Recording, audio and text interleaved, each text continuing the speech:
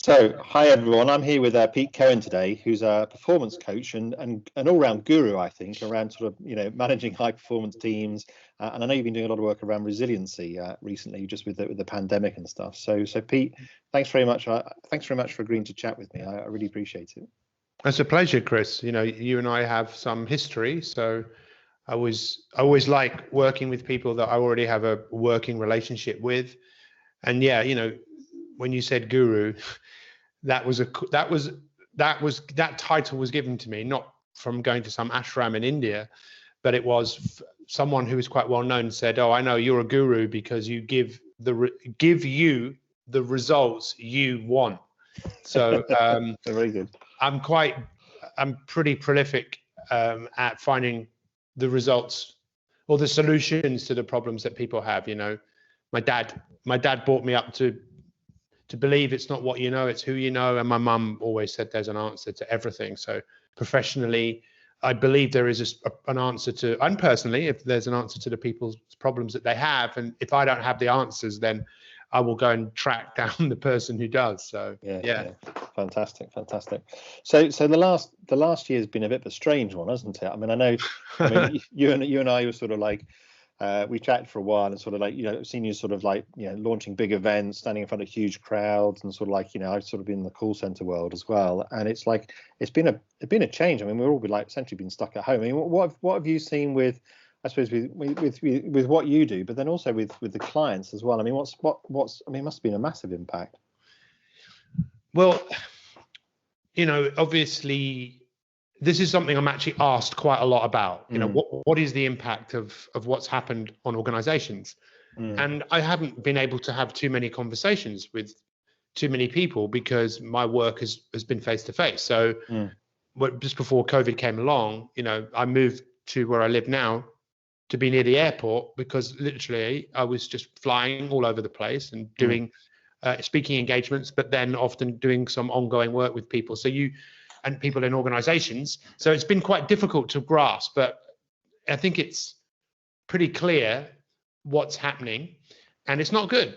It's not good. However you look at it, I was talking to someone yesterday who we both know, and I was asking that person, I was saying, tell me what's going on. And they said, well, initially with the first lockdown, a lot of people liked that. They kind of like the idea of being in meetings like this where they might be just wearing, shorts, and you wouldn't know that, right? Because you can only see my polo shirt, and just that kind of different way of working.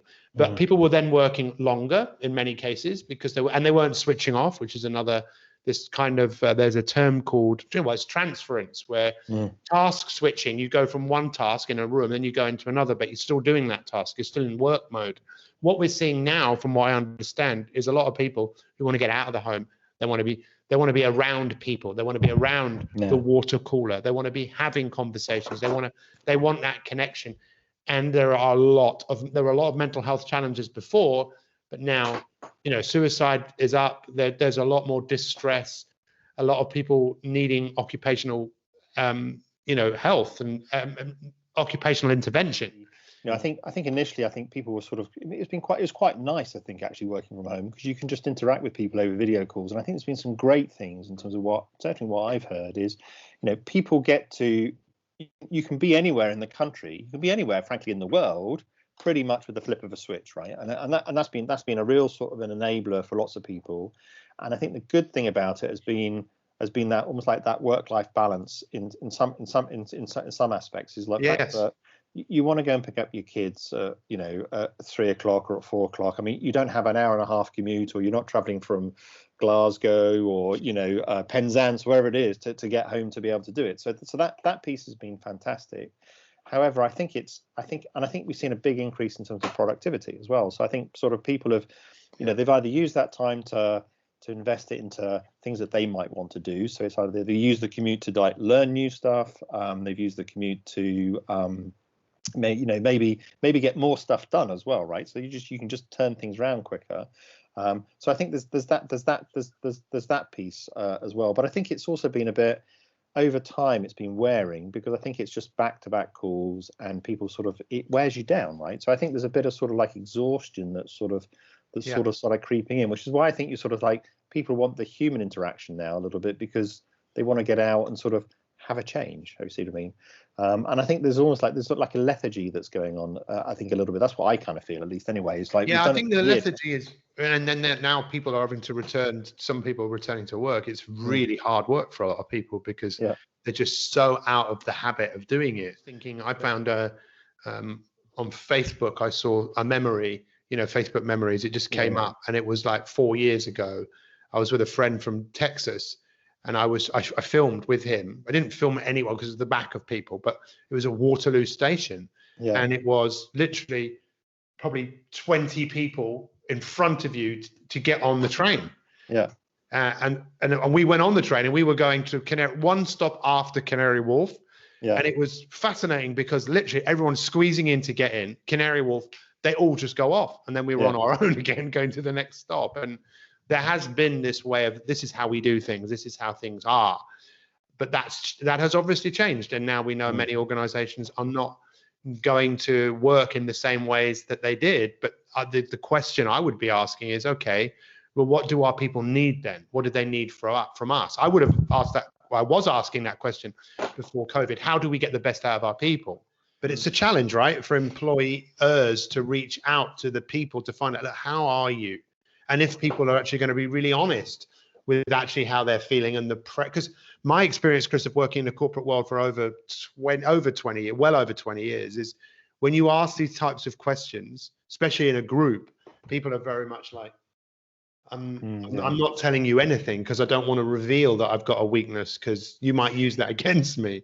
And do you think it's hard to break that down like remotely as well? Is that easier? Because when you talk about with people one-on-one, right, you usually have a human conversation with people around what's impacting them, those kind of things. It takes a while, but you build up that relationship, right?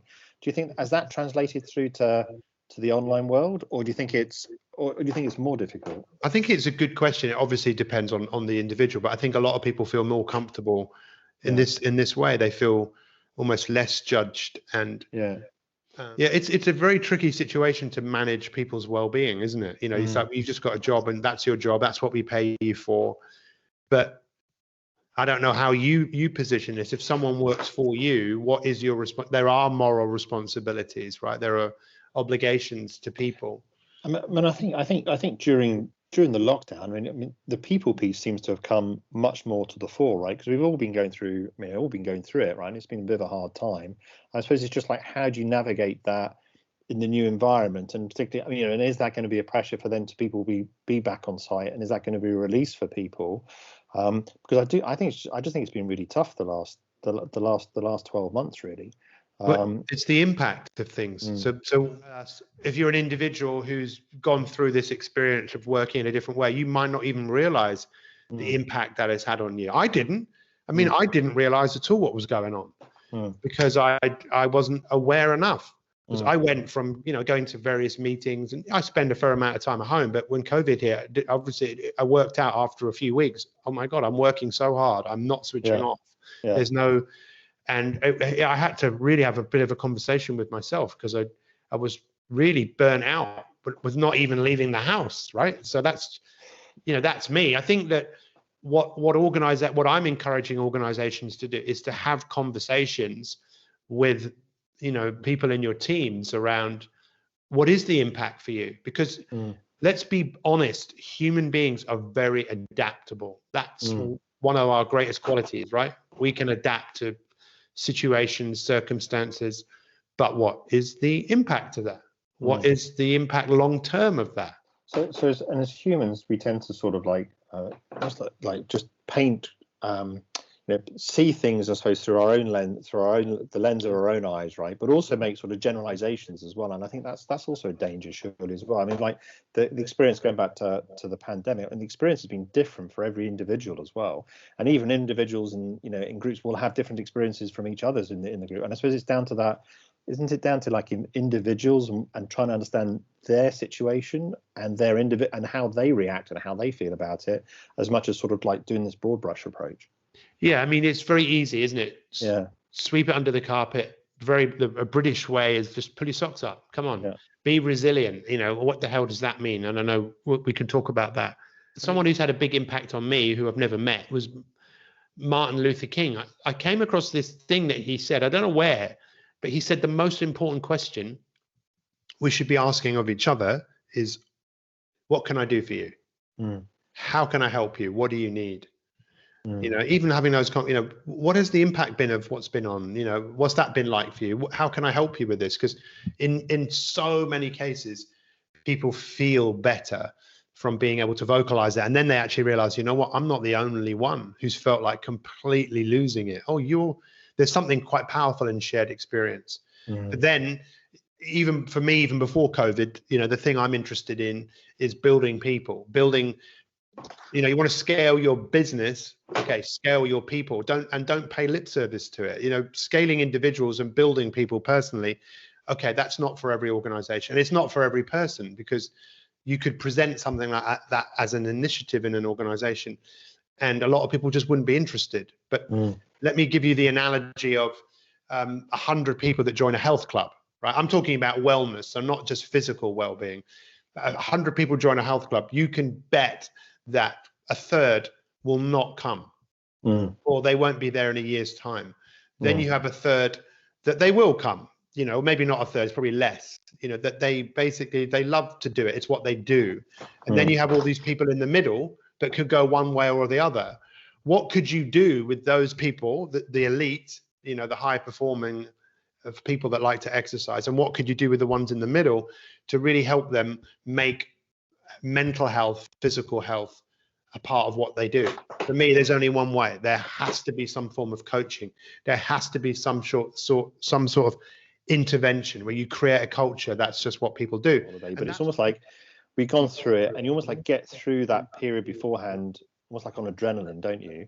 And it's almost like, and I kind of feel that almost like there's a little bit of light at the end of the tunnel, and now our people are starting to relax, and it's almost like when you relax, it's also then when all this stuff comes out, right? So you didn't realize that you were stressed before, but now you sort of say, well, maybe we could go back to normal. Now is it now going to come out, and are we now going to have to start to deal with a whole new set of change as a result, right? I think that's going to happen. I think a lot of people would really like a holiday. Yeah. But even the holidays can be very stressful, and let's be honest, that's not going to happen for a while. I always find it really interesting if you come into a position where you're leading, what is the expectation of the leader on the people who are in charge of the leader, you know, the shareholders or the exec team, the other execs. Then the leadership environment that is already there, that already exists, and then going in and looking to change that. It's a tough thing to do, to bring about cultural change. And cultural change is incredibly difficult. And, you know, but the word, someone was asking me this about the other day about culture and cult. And I said, do you not know where the word culture comes from? It comes from where the word cult comes from. It comes from a culture, right? So if you want that cult-like culture, then you're going to have to, like you say, if something is already there and that's what people are used to, how do you create a culture where people really care for each other and support each other, their well-being? Because let's face it, so many organizations are built on maximizing shareholder value. I know that's changing, and I know a lot of companies are realizing our people are our greatest assets, and we need to invest in them. I'm just curious as to what your thoughts are. Yeah, I think it comes back to what you were saying earlier around listening to people, right? So you've got to listen to people, and that's how you can find, and that's how you can sort of drive some of that. I think it's you've got to have a fundamental need to be able to listen to folks. Yeah, which I think a lot of people struggle with. And the listening piece in the pandemic, I suppose, where we sit now, do you think that's going to be harder to put back in? I think one of the fears I have about the return to the office is that we don't do that. And if you look at some of the announcements coming up about everyone needs to go back, I mean, you are just dealing with people who are just like this, almost like generalizations. Is, well, let's just snap back to the way things were before. And you know, people have been through a lot over the last year, and you know, if we now we have to be commuting down to London every day, and we've built up over the last year all these new habits, and some good things and some things we're frustrated about. And if we just try and just revert back to the way things were, my fear is it's going to create more problems from a motivation point of view. All of a sudden, you know, I was used to, for 20 years, commuting down to London. It was 3 or 4 hours out of my day every day. I've had a year of not doing that. And, do I really want to go back to that? And if I'm forced to go back to that, on top of all this other burden that's going on over the last year, is that going to make me even more stressed? Well, there's only one way. There's only one way to find out, isn't there? You have to ask. Yeah. And you have to ask the right questions, because sometimes you have to ask a question, then another question to get to the heart of it, the crux of it. You have to really, really care, because you're right. I mean, a lot of people now, I would imagine, I know people think, you know what? I can't believe I did that for so many years. I can't believe I got on the train and spent, an hour and a half commuting, an hour and a half coming back. I don't want to do that anymore. So yeah, that's bound to, some people probably can't wait to get out of the house and go back to work. But this is the thing that, just that expectation that everything will be okay. Hang on. We are human beings, and we through experience, it affects us. And if anything, history should teach us that when things like this happen, not that anything like this has happened specifically before, but when major things happen, there is an impact of that. I remember reading about the Boston bombings, that people that watched more than 5 hours of that on television experienced more post-traumatic stress than the people that were there. And this has been that's the other side of which we've not really talked about, is the whole people that have known people who have died. I don't think it's gone away. And again, if we're looking at what do people need, I think people need a new perspective of new ways of working and moving through the world. They need to be stronger mentally, physically, emotionally. And we need to just be mindful of what might happen next. But to preempt that is difficult, to know how is this all going to play out. But the more we start kind of talking about it, having conversations, the more we might be able to deal with what happens. For me, it is all about the human contact, even though we are moving more and more into a virtual reality and artificial intelligence. I think, I was again reading that someone said, if you want a new idea, read an old book. AI versus AI, ancient intelligence, that we are human beings. If we are moving ourselves into a world where we have less contact with each other, what's the impact of that? Human beings, in our DNA, we are wired up to survive in groups. So I don't know. I'm concerned about the way that we are living, and that was before COVID. Too much information, people being burnt out, a lot of distraction, a lot of mental health problems. What's the answer? This the expression, right? If you always do what you've always done, you'll always get what you've always got. If we think that what we were doing before is going to be effective now, I think we're kidding ourselves, because everything has changed. But I think that's quite interesting. So I remember you saying that, Randy, you got to do something different. I think you're talking about the gym. I think at the time it was like you've lost so much weight, and like you need to, if it's not going down any further, now you need to do something different. But I think it's true, and it's almost like the pandemic has almost like forced us to do something different. So we've had like a year of like, our hand was forced to do something. I look at digital adoption, we've been forced to do it. And there's been some good stuff as well, but that doesn't mean we just necessarily go back to the way things were, because we need to learn from it every time, don't we? And now maybe we need to do something different again, and it's almost like forcing ourselves to do something different again. Okay, a couple of things on that. When do we get to see the best in human beings? It's mainly in a disaster. I used to live in Ladbroke Grove. I used to live on a boat. I woke up to a smell. I went outside. Grenville Towers was on fire. I knew people that lived there. They didn't talk to each other. They hated each other. But that situation brought out a side of people that we don't normally see, which was amazing. And that seems to be what happens: a catastrophe, a disaster, a diagnosis, a prognosis. And that's the thing interesting about human beings, is we have the dignity of choice, right? Which other animals and nature doesn't. It just does what it does. But we have choice.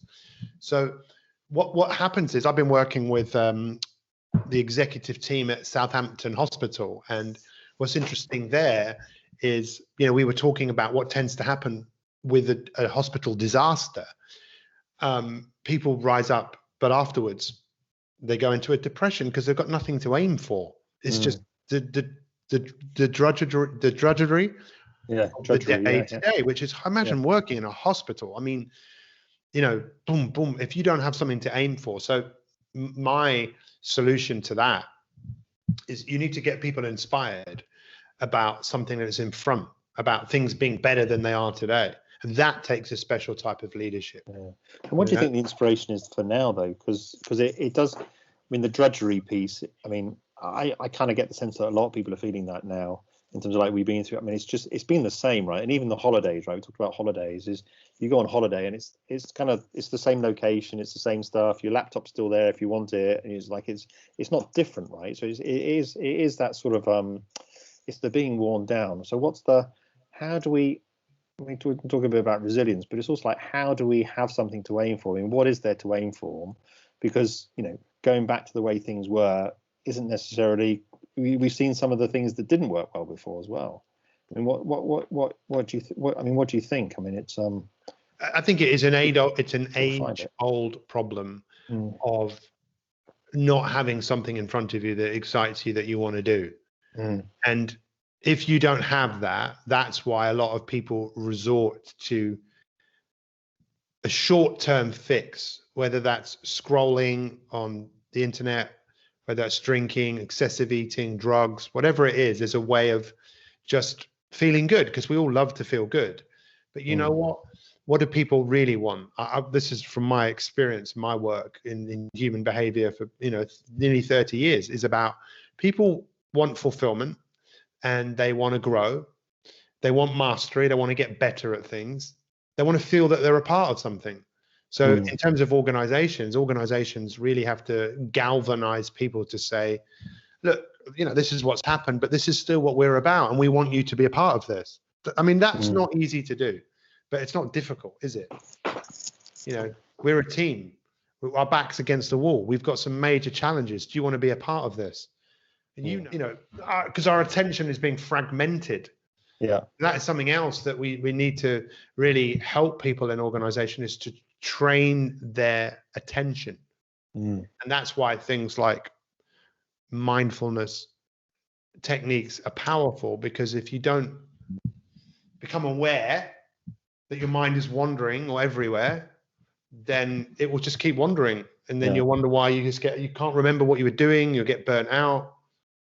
And that worries me a bit with I suppose what we've seen now with the digital interaction is it is so relentless.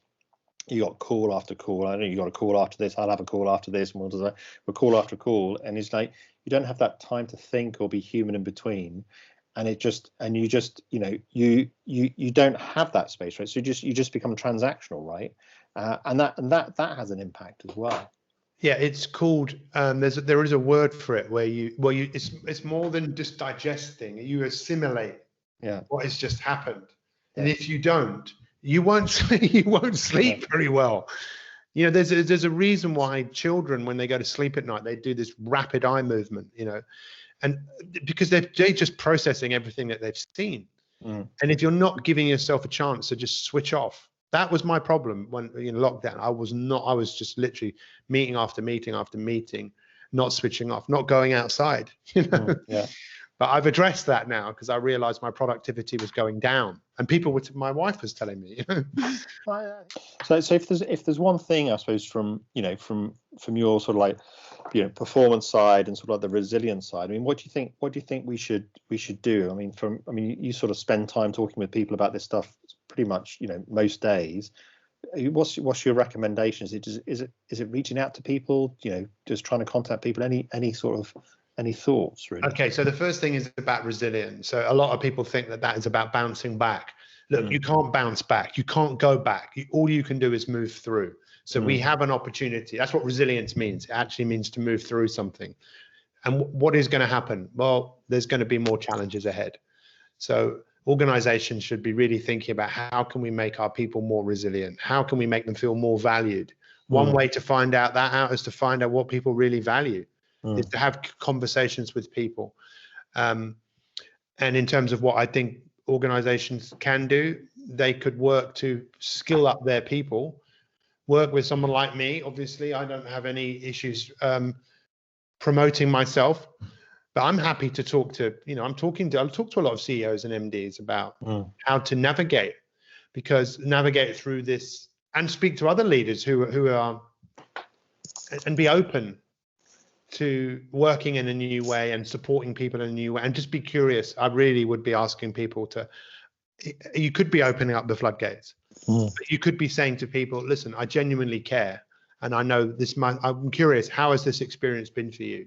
And listen, what can I do for you? I mean, how long is that going to take? John Sellins, who's a good friend of mine, who used to be one of the execs at Wembley, you know, he used to literally walk around and go up to people and all the time, hey, how are you? What's going on? How are your family? Get to know everyone. Well, you might not be able to do that on the shop floor, but you can do it still like this. Just show that you care.